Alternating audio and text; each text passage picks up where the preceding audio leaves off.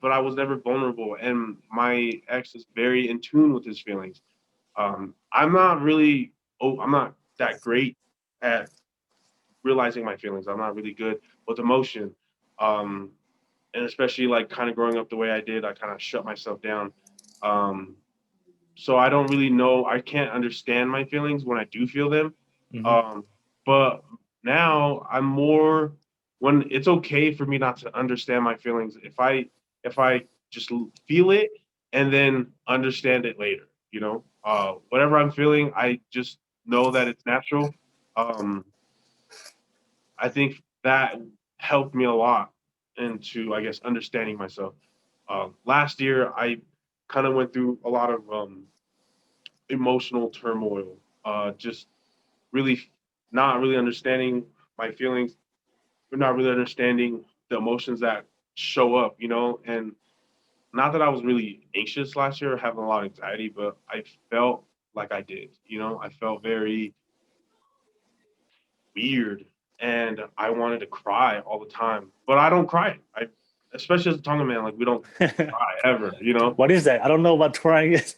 That's Yeah, exactly. It's crying is weakness, leaving the body. yo, like it's crazy. I mean, before I'll give it back to you, but I want to No, piggyback go like ahead. about crying. I mean, like for me, it's so bad for me, especially when it comes to relationships. Like it's really hard for me to cry, um, in especially when it comes to like emotional moments in relationships or in life in general. Like Oh, even funerals, like it's hard for me to. Even I do feel it. I do feel the heavy emotion, but I can't physically cry. And I've actually like had people rub people the wrong way, especially when it comes to my people I try to get a relationship with, is when you just when said, when, yeah. we, when we're sharing a deep moment or maybe a deep moment with and then I don't show like vulnerability or cry in that moment Yeah. or care, and then sometimes I try to force it, and then it looks like It's forced. I'm being forced, or I'm just being like a douchebag, you Yeah, know. kind of fake. Yeah, fake. Yeah, so it's just it's one, I guess, one of the things I struggle with, but I guess damn man, the Tongan upbringing, man, it's hardcore, man. Yeah, it was yeah, being not vulnerable, I think is I guess it's deep rooted in Tongans, right? It's like Yeah. not, but it's weird though because it's weird that it's weird for us Tongans to be like that because we're not vulnerable. But every time you go to a guy, somebody gets up and then he's like, Yeah. and then it's very vulnerable in that moment. Oh Talking yeah. about how they don't have a lot and that they don't come from a lot, but this is what we have to offer. Like, And they go on for 3 hours. yeah, and then they cry. But it's like I think that's like the only vulnerable part I ever see Tongan men vulnerable at. Is like when they're Yeah. up giving a public speech. But Or real. Yeah. or like if you have Faka Family often, it happens in Faka Family a lot. Hmm. When you can actually sit there and you can open up to your family and be open. And I love that. I love that. That's one thing I love about Tongan culture. And I don't know if this is in every other culture, but having Faka Family to me is great. And keeping that tradition alive within Tongans, I think it's amazing. It's people should be doing it and keeping it around, right? You should be able to sit down with your family every Monday or every Tuesday and have that conversation with your family. You know what I mean? And have that time and bond with them. And even if it's for 30 minutes or if it's for an hour and a half, like I think that's great. Having Father family to be vulnerable. Now understanding being vulnerable, how being vulnerable, um, I guess how it makes you, or how I guess it just enlightens you. I guess being kind of open to the vulnerability that I've had being in my past relationships, it's like made me open up my spectrum of what I can see, of what I see and what I feel and stuff. So um, now that I'm not that I understand my feelings and stuff all too much, all too great. I I guess I can when I do feel something and I can't explain it, it's okay that I can't explain it. I just feel it, and then after a while, it'll come to me. Um, yeah, like I said, last year was a really weird year emotionally. I was feeling a lot of things, was going through a lot of personal things, um, and I was able to like bounce back, you know. Mm-hmm. And when I bounced back, I think I did really well because then I started content creating, and I feel like I'm finding my voice now, you know. Uh, but it was tough. It was tough to understand that vulnerability and to open yourself up. Yeah, yeah. I feel like there's like I mean I feel like every Polynesian goes through that, right? Like because we grew up in a household environment or culture where we don't express ourselves, so we kind of lack like emotional intelligence to recognize one's feelings, and Yeah. also how to understand and internalize what we feel. Because it's just a lot of mixed emotions, especially when we don't get a lot of guidance and from the people from support from the people that we grew up with. Hmm. Um, but I remember trying to figure out my own emotions within myself, or trying to figure out because I want to. Because at the end of the day, no matter how masculine you are, no matter how tough you think you are, we all have emotions. Yeah. Yeah. Everybody, Mhm. every single person has emotions, and everybody is vulnerable. Everybody Yeah. has their vulnerable moments. Amen. And for me, like I try to put on a persona that I was like super tough and super strong. Hmm. Um, as Tongan and growing up with brothers in my family, I just realized because I was trying to figure out, okay, how can I overcome this? Like, how can I become more vulnerable? And I realized for myself that a lot of it just came from insecurity. I was just kind of Yeah. insecure for myself, and it wasn't until I started working on my insecurities to be myself was when I was able to fully be able to be vulnerable. Yeah. Yeah. Because Yeah. I think that as a Tongan or as a human being, the reason why we're so afraid of being vulnerable is just we're afraid of the judgment Yeah. of what people are going to see or perceive you to be, and getting that judgment can kind of that can be tough. But once Hurt. I started, yeah, it hurts, right? Especially when it comes from the people you care about, your inner circle.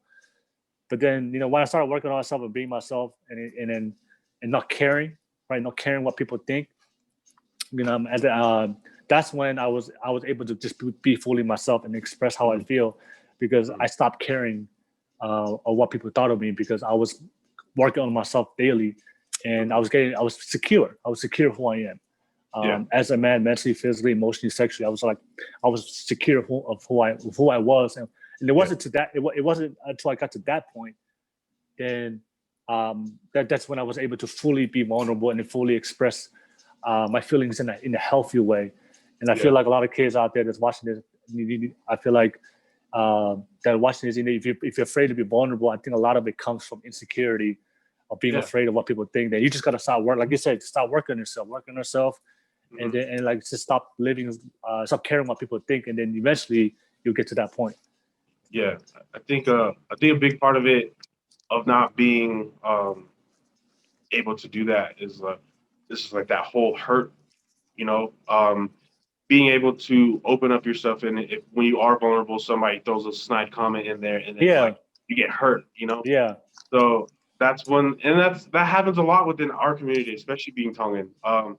Is that when you want to be vulnerable to the people that means the most to you. So like when you do it with your siblings and you have a vulnerable moment with them and they turn it around and start joking at you. You know what I mean? And I think that's why I it was tough because like for me not really growing up with my brothers, every time I try to have a moment with them, they would throw me on the bus like, you're gay. You know what I mean? So I'm like, no.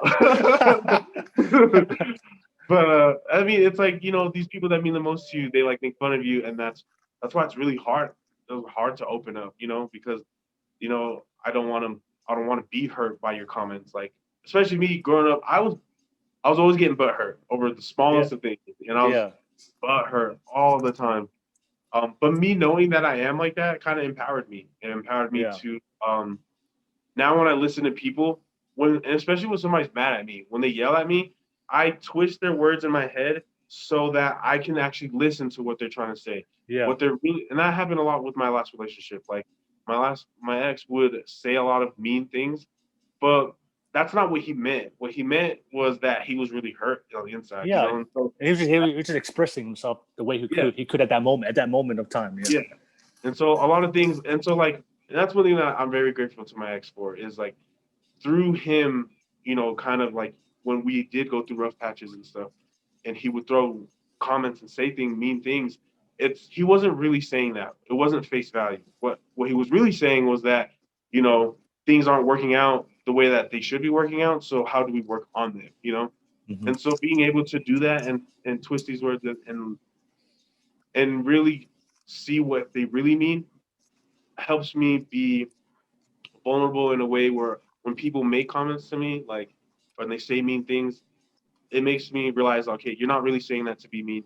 You're saying that because, you know, there's a deeper rooted reason of you being mean, you know? And so now uh, I don't get as butthurt as I used to because I'm more understanding. When people say a lot of things to me, or say mean things, I know it's not them trying to be mean, unless they're like literally legit just being mean. But Yeah, you're just a terrible person. yeah, which that could be the thing. But in reality though, like it's helped me a lot. Like I've been able to, I guess, just really understand what you're trying to say when people are making these comments. So like I'm open. That's why I'm very open now. Uh, Vulnerable, I guess, to receiving comments and stuff because I'll take it and I'll grow from it. You know, it was it's not easy to do, not an easy thing to do. Oh yeah, yeah. Just put it out there. Like Yeah, it took me my whole life to figure this out. yeah, It takes you, you don't figure this out. You never figure this out in high school in your early years. You know, and also you're gonna have to go through a lot of shit. yeah.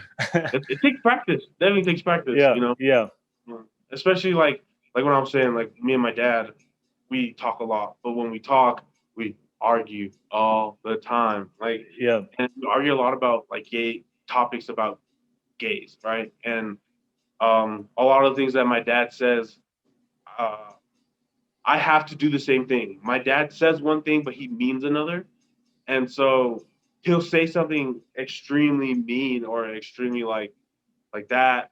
Like that's some BS, but that's not what he meant. What he meant was something else. So you have to like find the other meaning, and because me and my dad argue a lot, I've gotten better at it. And so yeah, it's super tough, especially if you're not used to it, you know. Yeah. But that's it's helped me, I guess. It's helped me a lot into just being more understanding to other people, and into I guess my own life, you know.